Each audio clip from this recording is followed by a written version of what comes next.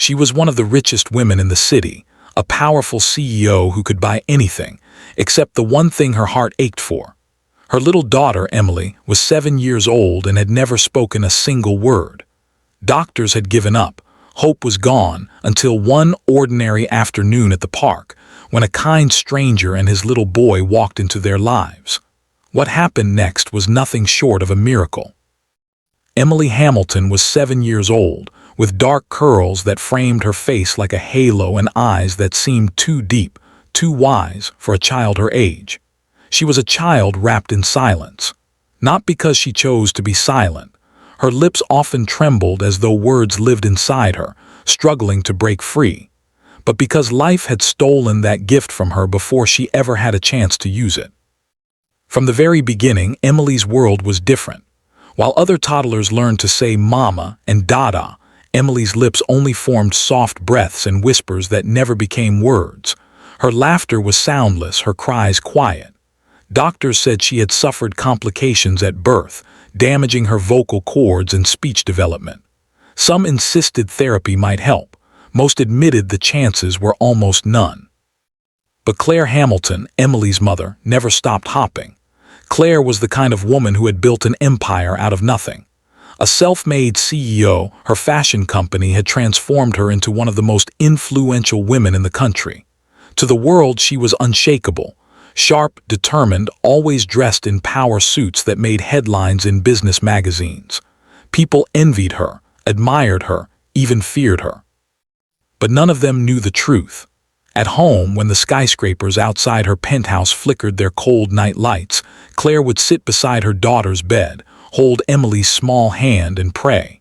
She prayed for just one word, one single word, something, anything, to prove that her little girl wasn't locked away forever in silence.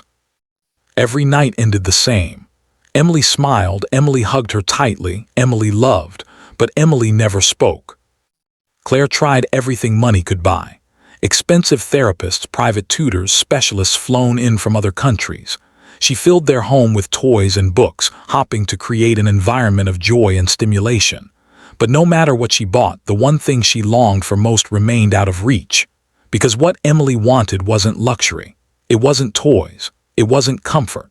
What Emily wanted was connection, the ability to laugh with other children, to call out for her mother, to be heard. That longing became Claire's deepest wound.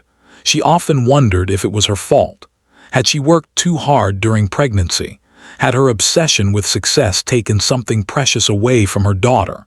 Guilt was a shadow that followed her everywhere. Her marriage hadn't survived either. Emily's father walked away when their daughter was 3, unable to handle the weight of raising a special needs child. Since then, it had been just Claire and Emily, together against the world. Despite her strength in the boardroom, Claire felt weak where it mattered most. As a mother, she could command thousands of employees, close multi-million-dollar deals, and stand on the covers of magazines. But she couldn't give her daughter a voice. That Saturday afternoon, Claire decided to step away from her empire. She took Emily to the city park, a rare escape from her suffocating schedule. The autumn sun was soft and golden, and the air carried the scent of fallen leaves. Children's laughter filled the playground, the squeak of swings echoing against the open sky. Emily's face lit up the moment they entered. She ran ahead, her curls bouncing with each step, her silent laughter shining through her bright eyes. She didn't need words to express her joy.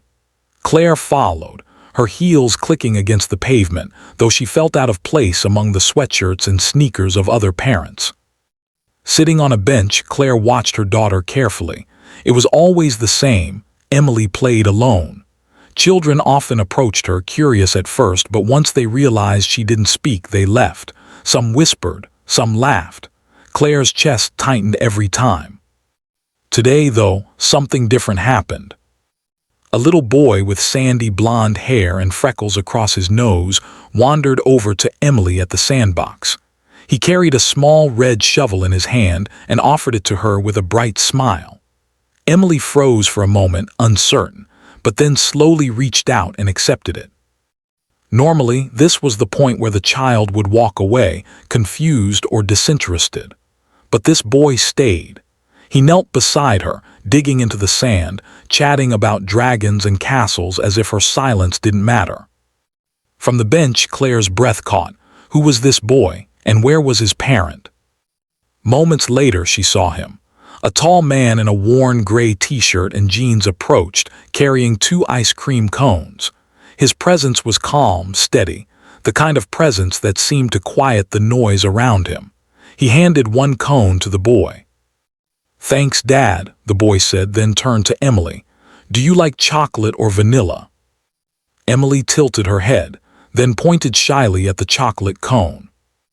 The boy grinned and offered it to her without hesitation.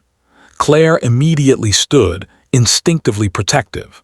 But before she could intervene, Emily accepted the cone with trembling hands, her face glowing with joy. The man looked up and noticed Claire for the first time. He walked over with a respectful smile. "I hope it's okay. My son insisted on sharing. He said she looked like she wanted one." Claire hesitated, her guard still raised. She doesn't talk," she said bluntly, as if to explain, as if to protect her daughter from disappointment. The man nodded gently, his eyes kind. "That's all right. Kids don't always need words to understand each other." He extended his hand. "I'm Daniel, and that chatterbox over there is my son, Noah." Against her instincts, Claire shook his hand. His grip was firm but warm. "Claire, and that's Emily." For the next hour, the strangest, most beautiful thing happened. Emily didn't hide behind her mother or pull away. She laughed, soundless but radiant, as Noah built a crooked sandcastle and proudly pointed at it. He spoke enough for both of them, filling the air with joy, never once questioning her silence. Claire found herself sitting beside Daniel, their conversation flowing as easily as their children's play. He told her he was a school teacher, raising Noah alone after his wife had passed away 2 years earlier. Claire listened, her heart softening. For once, she wasn't the CEO, the billionaire, the woman under constant pressure. She was just a mother, sharing her struggles with another parent who understood. And then came the miracle. As the sun dipped lower, Noah pulled out a small toy recorder. "Want to try?" he asked Emily, blowing a silly, squeaky tune that made her giggle silently. Then he handed the recorder to her. Claire froze. Emily had never blown into an instrument before. She was about to step forward to stop her, but something inside told her to wait. Emily raised the recorder to her lips. She blew, at first nothing, then a shaky, thin note, and then again stronger. A clear sound filled the air. Emily's eyes widened in shock. She lowered the recorder, her lips trembling. Then, in a voice hoarse but real, she whispered, "Noah." Time stopped. Claire gasped, her hands flying to her mouth. Tears spilled down her cheeks as she rushed to her daughter. "Emily, you spoke. You spoke." Her voice broke with disbelief and overwhelming love. Emily looked frightened at first, then amazed. She whispered again, firmer this time, "Noah." Daniel's eyes glistened. Noah jumped, clapping his hands, shouting with joy. "She said my name, she said my name." Claire fell to her knees in the sand, clutching Emily against her chest. Years of prayers, sleepless nights, whispered hopes, all answered in one miraculous word. And it hadn't come from therapy or specialists or money. It had come from kindness. From a boy who saw her daughter not as broken, but as whole. That day was the beginning of something new. Emily's journey with speech was slow, fragile, but full of victories. Each word she spoke was a miracle. And through it all, Daniel and Noah became part of their lives, not just as friends, but as family. Months later, on another golden evening at the same park, Claire watched her daughter chatter in short, shaky sentences with Noah. She looked at Daniel, sitting beside her on the picnic blanket, and felt tears in her eyes again, not of sorrow, but of gratitude. She had built empires, conquered boardrooms, and climbed the tallest skyscrapers of ambition. But her greatest victory was here, in this small circle of love, where compassion gave her daughter a voice. And in that miracle, Claire found her own voice again, too.